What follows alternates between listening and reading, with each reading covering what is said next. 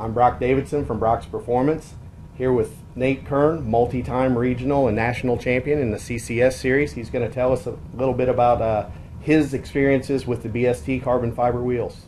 Brock, the number one experience that comes to mind is the very first time I actually had a chance to ride with the BST Carbon Fiber wheels.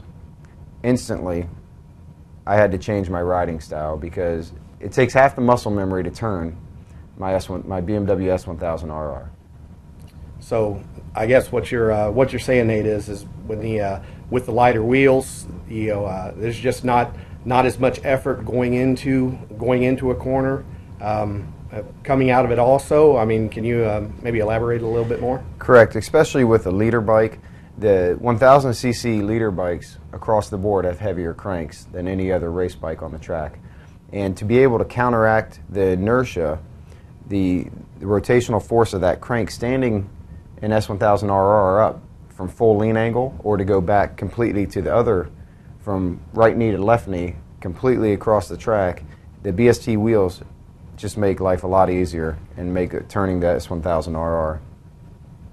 And so I guess if I'm not mistaken, you're looking at lean angles somewhere 53 degrees. 53 degree lean angle. So leaning the bike 53 degrees, next corner another 53 degrees. That would definitely get tiring after 20, 30 laps, I guess. Absolutely. I love my BMW S1000RR, and the stock wheels are phenomenal, but it can never be overstated, the amount of weight reduction and the amount of also acceleration off the corners, which ultimately in the end helps with fatigue. How about braking? Have you noticed a difference in how the bike brakes with the lighter wheels also?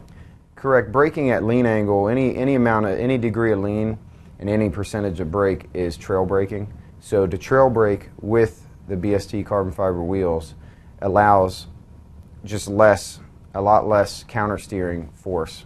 Interesting. Now we're talking about the S1000RR, which is definitely the hottest bike on the market, which I know from my research has some of the lightest wheels on the market, lightest OEM wheels that you can purchase. When it comes to other models, and I know you're a boxer champ also, like a bike with a heavier wheel, the forces that we're speaking about would just have to be multiplied even further. What do you think about that? I mean, would you, for instance, on a K or R series bike, do you have any experience with that? Especially longer wheelbase motorcycles like the K1300S and the K1200S, outstanding street bike that BMW has produced, but with that Hasek front suspension design and also the paralever rear suspension, these wheels again offset and counter that wheelbase and that anti-geometry change that you find in the chassis, which is a plus because no drastic geometry change is going to give you instability, but the carbon fiber wheels just make life a lot easier, and it's just more enjoyable to ride when you don't have to work so much. That's an interesting point too, Nate. When it comes to chassis adjustments, do you find that you're having to make extreme drastic chassis adjustments between stock wheels, the OEM wheels, and the BST carbon fibers? Not at all. Not one amount of spring rate or dampening has been changed. What's been changed is the rider.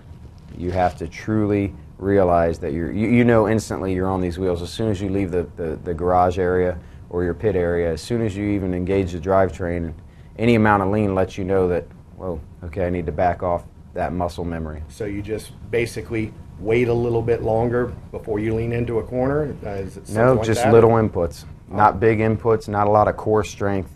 You can reserve that core strength, again, for the reserves that you need later in a race. It just doesn't over fatigue any amount of your the physical ability is just so much easier to race with BST carbon fiber wheels. Excellent. So Nate, I think you've been on the BSTs now for about a season. Have you? Can you tell me about your race wins that you've accomplished this year and any records you may have set? Yes, Brock. Out of 24 races, we've been able to podium 20 of them, and actually win 14 of them.